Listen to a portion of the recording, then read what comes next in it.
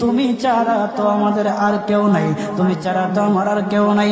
আল্লাহ গো, তুমি যদি মাফ না করো কে আমাকে মাফ করবে?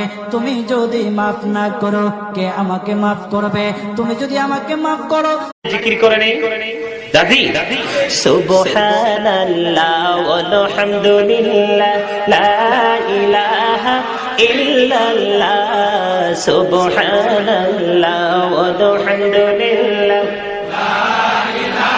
জিকির করে নেই দাদি সুবহানাল্লাহ ওয়ালহামদুলিল্লাহ লা ইলাহা ইল্লাল্লাহ।